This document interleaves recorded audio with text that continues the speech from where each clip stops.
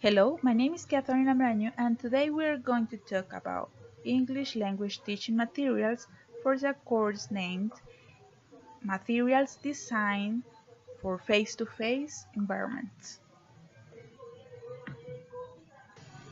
English language teaching is an increasing need, so today there are many authors researching and writing about methods, approaches, strategies, and more in order to improving the ways and results of teaching. In this process, an important look has been given to materials teaching.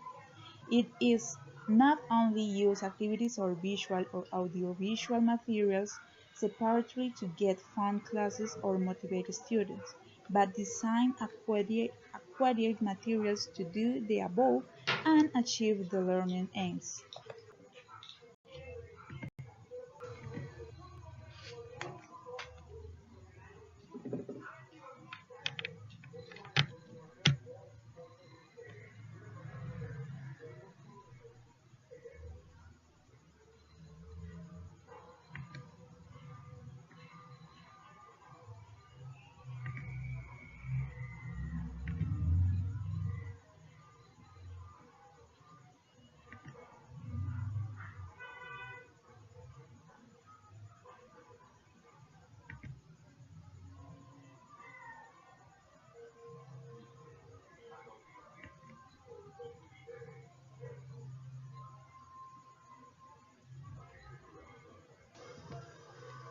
To design English language teaching materials it is necessary to take into account some aspects to be used for teaching in the learning teaching process. For instance, before two students have contact with the authentic use of the language, help to discover the features of authentic input, provide opportunity to use the language to achieve communicative purpose, provide opportunities for outcome feedback to achieve impact in the sense that they arouse and sustain the learner's curiosity and attention, and simulate intellectual, static, and emotional environments.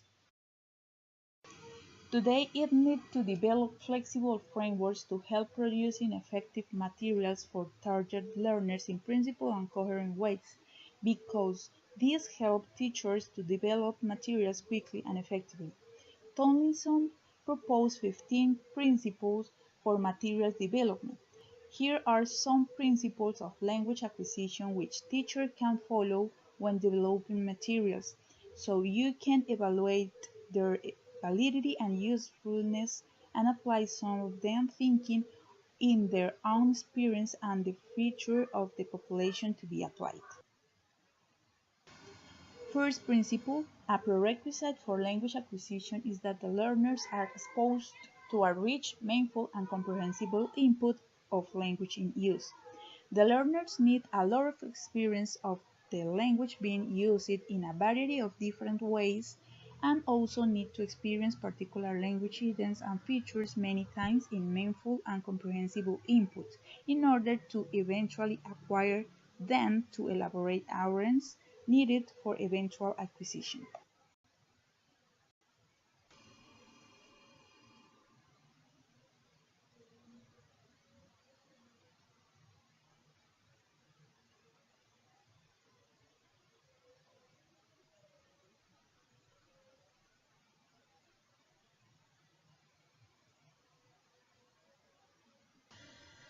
In these principles, materials developed must be materials with a lot of spoken and written text. The language is authentic. It represents how the language is typically used. The language input is contextualized, that is to say, use it in relation to its context, and the learners are exposed to sufficient samples of language in authentic use. The third one, in order for the learners to maximize their exposure to language in use, they need to be engaged both effectively and cognitively in the language experience. If the learners don't feel any emotion when exposed to language in the use, they are unlikely to acquire anything from their experience. Feeling enjoyment, pleasure, and happiness, feeling empathy, being amused, being excited, and being stimulated are most likely to influence acquisition positively.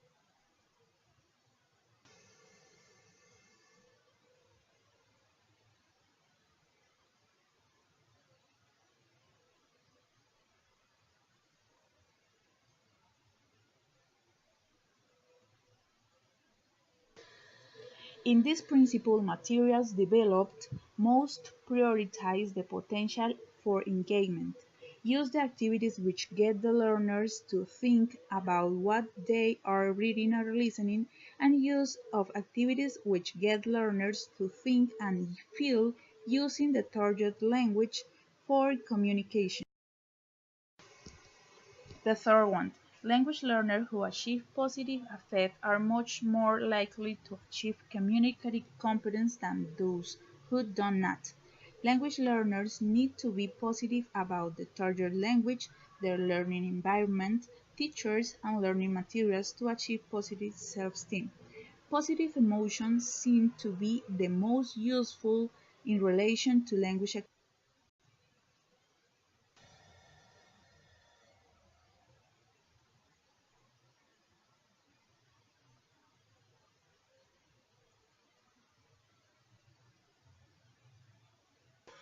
In this principle, tests and tasks are interesting, relevant, and enjoyable.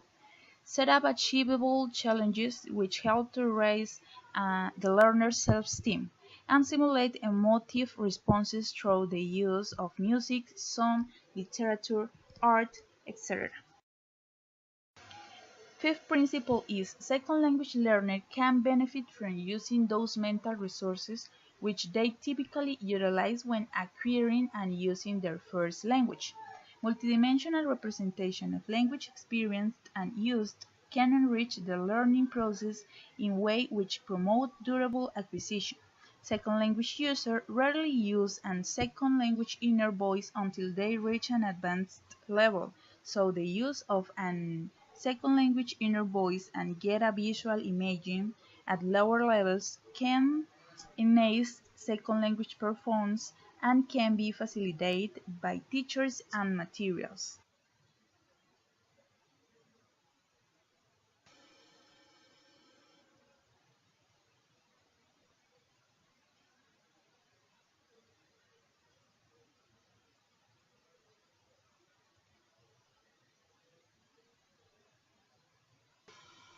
In this principle, some materials can be activities which get learners to visualize and/or use inner speech before, during, and after experiencing a reading or spoken test or using language themselves, and activities which help the learners to reflect on their mental activity.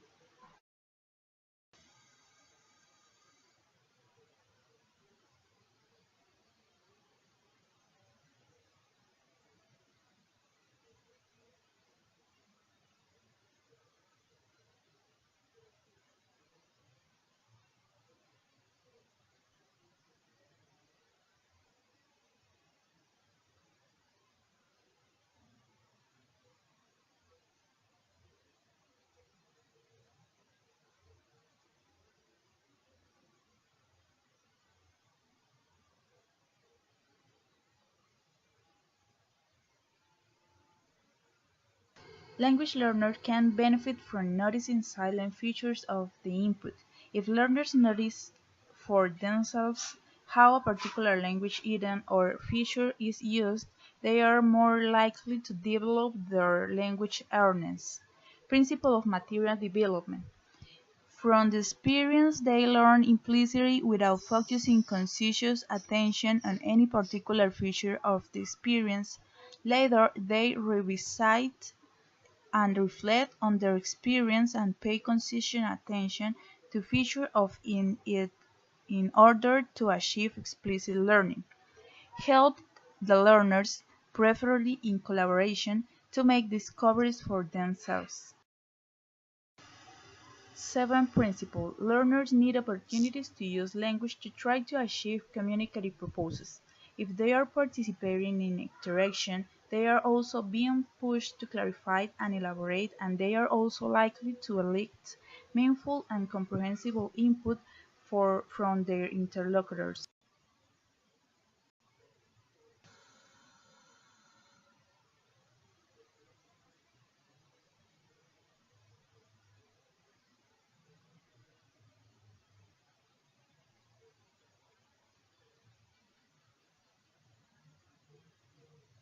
Principles of materials development provide opportunities to produce language in order to achieve intended outcomes. Output activities designed so that the learners are using language, not specific features of it. Design output activities to develop the ability to communicate fluently, accurately, appropriately, and effectively.